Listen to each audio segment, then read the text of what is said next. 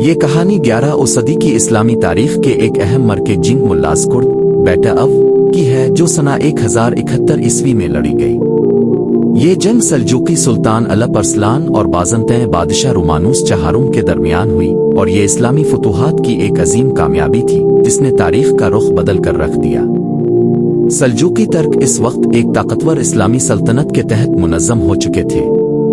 الپ ارسلان جو ایک بہادر دیندار اور حکمت والے حکمران تھے نے اسلامی سلطنت کو وسعت دینے کا بیڑا اٹھایا تھا۔ بازنطین سلطنت جو اس دور کی ایک عظیم عیسائی طاقت تھی مسلمانوں کی پیش قدمی کو روکنے کے لیے سخت اقدامات کر رہی تھی۔ جنگ کا پس منظر یہ تھا کہ بازنطین شہنشاہ رومانوس چہارم نے سلجوقیوں کے بڑھتے ہوئے حملوں اور فتوحات کو روکنے کا فیصلہ کیا۔ اس نے ایک بڑی فوج تیار کی اور اناطولیہ موجودہ ترکی کے علاقے میں مسلمانوں پر حملہ کرنے کی منصوبہ بندی کی۔ دوسری طرف الپ ارسلان نے اسلامی سرحدوں کی حفاظت کے لیے اپنی فوج کو منظم کیا اور دشمن کا سامنا کرنے کے لیے تیار ہو گئے۔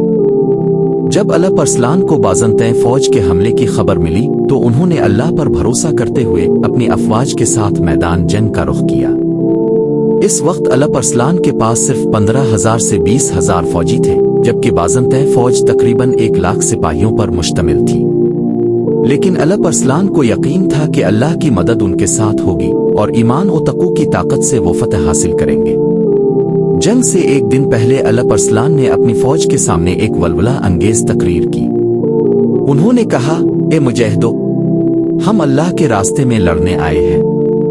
اگر ہم فتح یاب ہوتے ہیں تو یہ اللہ کا کرم ہوگا اور اگر ہم شہید ہوتے ہیں تو یہ ہمارے لیے جنت کا دروازہ کھل جائے گا۔ موت اور زندگی اللہ کے ہاتھ میں ہے لیکن ہمیں اپنے ایمان اور ہمت سے دشمن کا سامنا کرنا ہے۔ الپ ارسلان نے جنگ سے قبل اللہ کی بارگاہ میں دعا کی اور ایک عجیب فیصلہ کیا۔ انہوں نے سفید لباس پہنا جو عموماً کفن کے طور پر استعمال ہوتا ہے اور کہا کہ تو میں اس جنگ میں شہید ہوں گا اللہ ہمیں فتح دے گا۔ اگلے دن 26 اگست 1071 کو دونوں فوجیں ملاز کرد کے میدان میں آمنے سامنے ہوئیں۔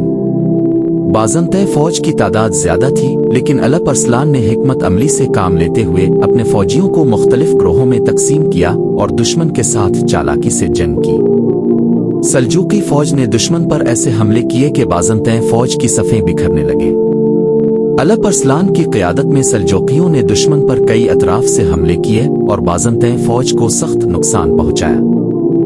الپ ارسلان نے اپنی فوج کو حکم دیا کہ وہ بازنطینیوں کو تھکا کر ان کے صفوں میں انتشار پیدا کرے۔ جیسے ہی دشمن کمزور ہوا الپ ارسلان نے ایک بھرپور حملہ کیا اور بازنطین فوج کو پیچھے ہٹنے پر مجبور کر دیا۔ بازنطین فوج کا حوصلہ ٹوٹ چکا تھا اور وہ میدان جنگ سے بھاگنے لگے۔ رومانوس چہارم کو بھی بھاگنے کی کوشش میں سلجوقی فوج نے گرفتار کر لیا۔ جب رومانوس چہارم کو الپ ارسلان کے سامنے پیش کیا گیا تو الپ ارسلان نے اس کے ساتھ انتہائی عزت اور شرافت کا سلوک کیا۔ انہوں نے رومانوس سے کہا، اگر میں تمہارے پاس قیدی ہوتا تو تم میرے ساتھ کیا سلوک کرتے؟ رومانوس نے جواب دیا، شاید میں تمہیں قتل کر دیتا۔ الپ ارسلان نے جواب میں کہا، لیکن میں تمہیں قتل نہیں کروں گا بلکہ تمہیں عزت کے ساتھ رہا کر دوں گا کیونکہ اسلام ہمیں قیدیوں کے ساتھ اچھا سلوک کرنے کی تعلیم دیتا ہے۔ الپ ارسلان نے رومانوس کو اس شرط پر رہا کیا کہ وہ بازنطین سلطنت کی جانب سے سالانہ خراج ادا کرے گا اور اسلامی سلطنت کے ساتھ صلح برقرار رکھے گا۔ جنگ ملاز کرد میں الپ ارسلان کی فتح نے اسلامی تاریخ میں ایک اہم موڑ پیدا کیا۔ اس جنگ کے بعد سلجوقیوں کو اناطولیہ میں قدم جمانے کا موقع ملا اور یہ علاقہ مسلمانوں کے زیر تسلط آ گیا۔ اسی فتح کی بنیاد پر بعد میں سلجوقی سلطنت نے مزید فتوحات حاصل کی اور اسلامی دنیا میں ایک بڑی طاقت کے طور پر ابھری۔